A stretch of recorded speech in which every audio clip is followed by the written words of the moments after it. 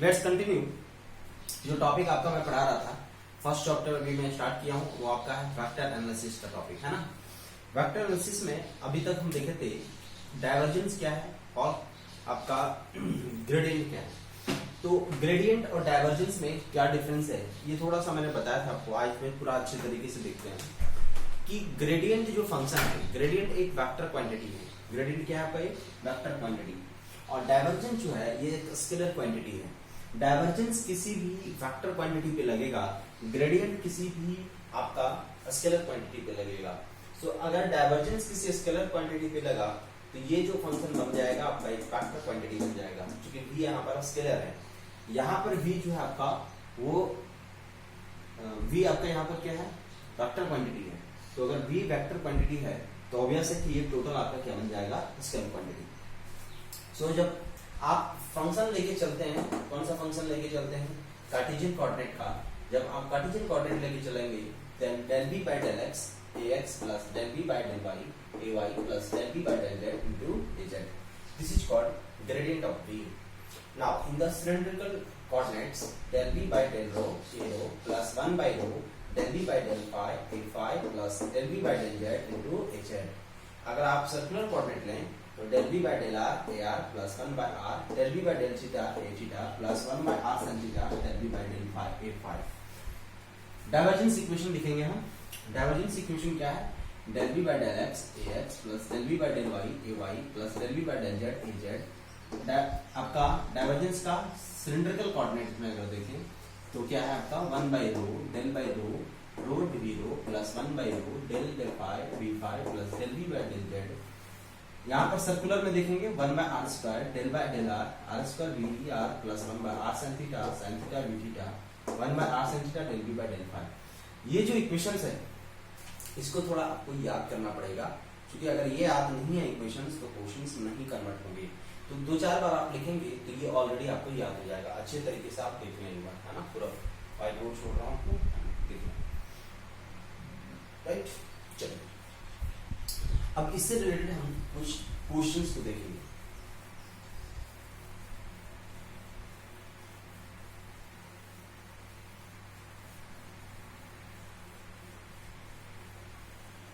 Questions क्या कह रहा है,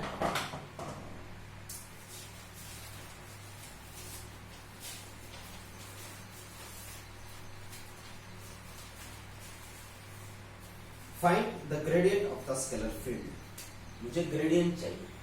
क्वेश्चन यही है, फर्स्ट क्वेश्चन कह रहा है कि find the gradient, find gradient, gradient निकालिए।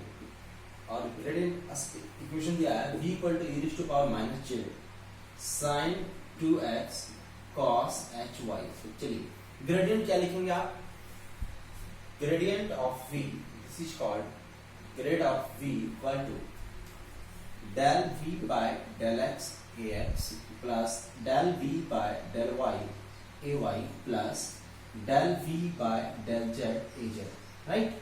चलिए क्या लिखेंगे इसको आप, del v by del x, x के रिस्पेक्ट में पार्शियल डिफरेंशिएशन, sin 2x है, इसका x के रिस्पेक्ट में पार्शियल डिफरेंशिएशन करोगे तो क्या बनेगा आपका cos 2x। So this becomes 2 into e raised to power minus z cos 2x into cos hy into ax, ठीक है।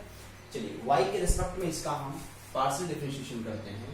y के रिस्पेक्ट में जब पार्शियल डिफरेंशिएशन करेंगे आप तो cos hy हाइपरबोलिक फंक्शन है, इसका पार्शियल डिफरेंशिएशन जो होगा वो होगा sin hy, क्लियर है ना।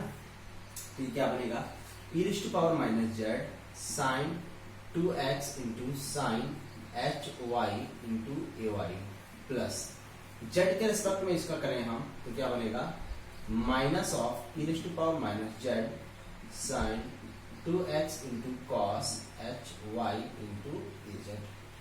So this is the equation in the gradient of the function। कहाँ पर, आप कार्टेशियन कोऑर्डिनेट्स की बात कर रहे हैं तो, है ना।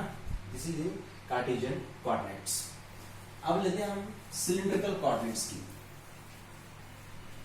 सिलिंड्रिकल कोऑर्डिनेट्स की अगर हम बात करें तो cylindrical coordinates B, second question है आपका u equal to rho square z cos 2 phi, rho square z cos 2 phi। अगर इसकी बात करें हम rho square Z cos two phi. इस सिलिंड्रिकल कोऑर्डिनेट का मुझे निकालना है, कैसे निकालेंगे वो देखिए। आपको पता है कि ग्रेडियंट और स्केलर फील्ड अगर दोनों केसेस में देखें तो ये आपका पॉइंट है P rho phi and z. So this is your cylindrical coordinate. कौन सा coordinate? Cylindrical coordinate.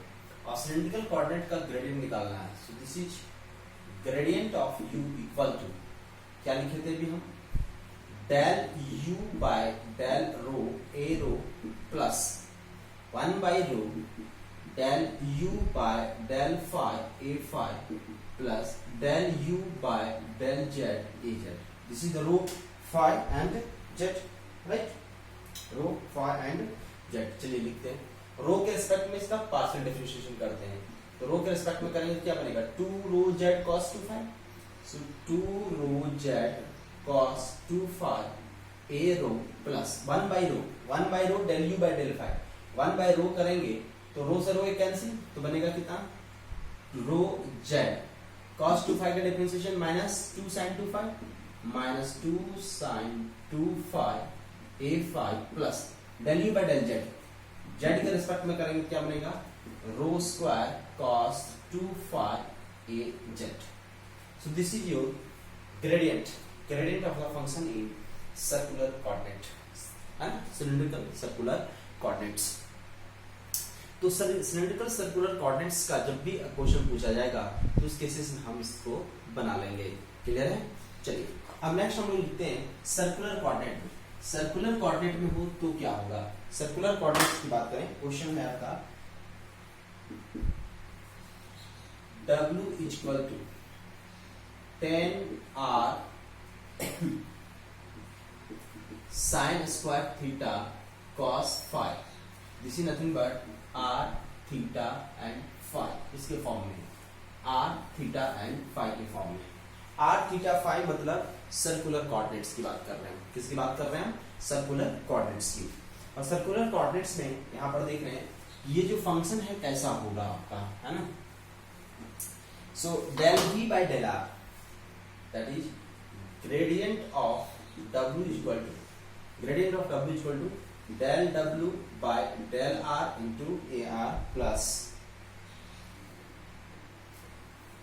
1 by r del w by del theta a theta plus 1 upon r sin theta del by del phi into a phi। यही था, है क्या, r theta five. चलिए r के respect to partial differentiation करेंगे तो ये क्या बनेगा, 10 sin square theta cos five A R plus theta के रेस्पेक्ट में अगर हम करेंगे तो थीटा 1 बाय r से r कैंसिल, थीटा के रेस्पेक्ट में कीजिए तो 2 sin थीटा का डिफरेंशिएशन cos थीटा नहीं, और 2 sin theta into cos theta क्या बन जाएगा, sin 2 थीटा। तो क्या बन जाएगा 10r, इसको डायरेक्ट हम लिख देते हैं, या आप लिख सकते हैं ऐसे 20 sin theta cos theta into cos phi a theta plus 1 by r sin theta. r sin theta से डिवाइड करेंगे तो ये क्या बनेगा 10 sin थीटा और cos phi का differentiation minus sin phi। So this is 10 sin theta into cos into sin phi a phi। So this is the right answer। यहां से हम निकाल लिए इस दोनों फंक्शंस का, है ना। चलिए अब नेक्स्ट क्वेश्चन हमको निकालना है डायरेक्शनल डेरिवेटिव। डायरेक्शनल डेरिवेटिव क्या है,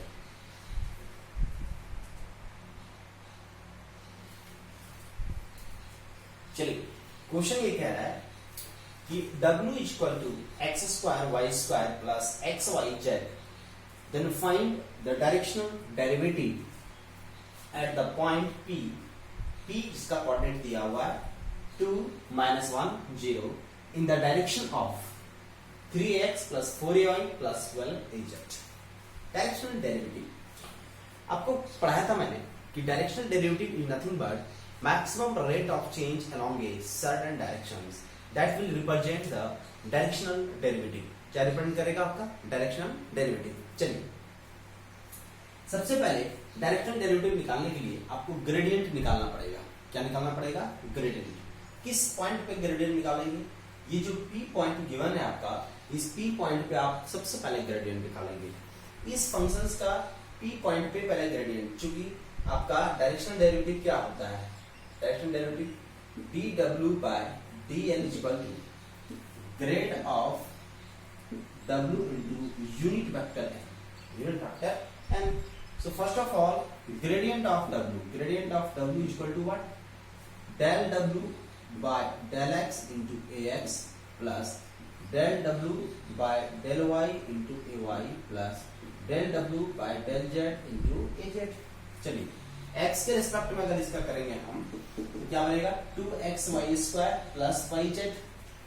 So this is 2xy square plus yz into ax plus y के रिस्पेक्ट में कीजिए आप, ये बनेगा 2xy 2x square y के रिस्पेक्ट में करें plus xz into ay plus z के रिस्पेक्ट में आप कीजिए, z के रिस्पेक्ट में क्या बनेगा?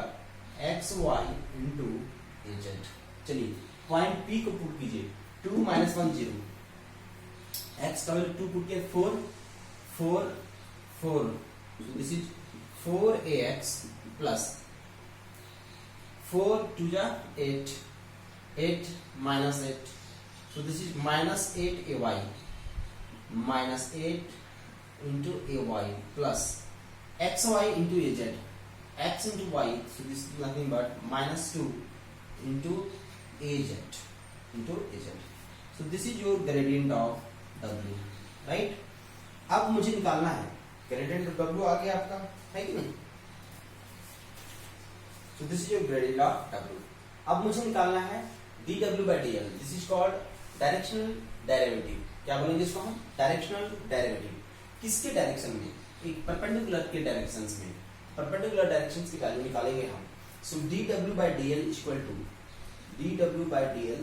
to 4ax minus 8ay minus 2az dot perpendicular के डायरेक्शन में. किसके डायरेक्शन में है? 3ax प्लस, इसको मैं बता देता हूं, लिख लेंगे आप, 3ax plus 4ay plus 12az into बटे यूनिट वेक्टर. यूनिट वेक्टर इसका क्या बनेगा? 9 प्लस 16 प्लस 144. चलिए जब इसको सॉल्व करेंगे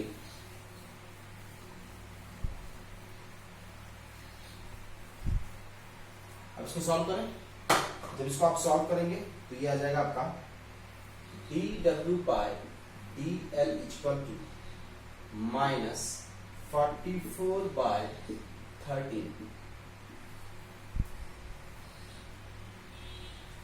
This is your answer. Right? So this is your directional derivative. ये फंक्शन आपका क्या बताएगा? Directional derivative. क्लियर है? अब डायरेक्शनल डेरिवेटिव ये आ गया -44/3. -40/4 से ये क्या है? मैग्नीट्यूड है. किधर? एक सर्टेन डायरेक्शंस में, मतलब इतने अमाउंट से कोई भी इलेक्ट्रोमैग्नेटिक वेव जो भी आपके ट्रांसमिट हो रहे हैं एक सर्टेन वैल्यू से आपका प्रोपगेट करेगा. तो this is the right answer. Clear है क्या? चलिए अब आता है नेक्स्ट टॉपिक. टॉपिक का नाम है कि what is the divergence theorem. अभी तक हम देखे थे ग्रेडियंट के केसेस को, ये था आपका ग्रेडियंट. अब आते हैं हम कि what is the divergence theorem. Divergence theorem क्या है? So the topic is divergence theorem. Divergence theorem. Divergence theorem क्या बताता है?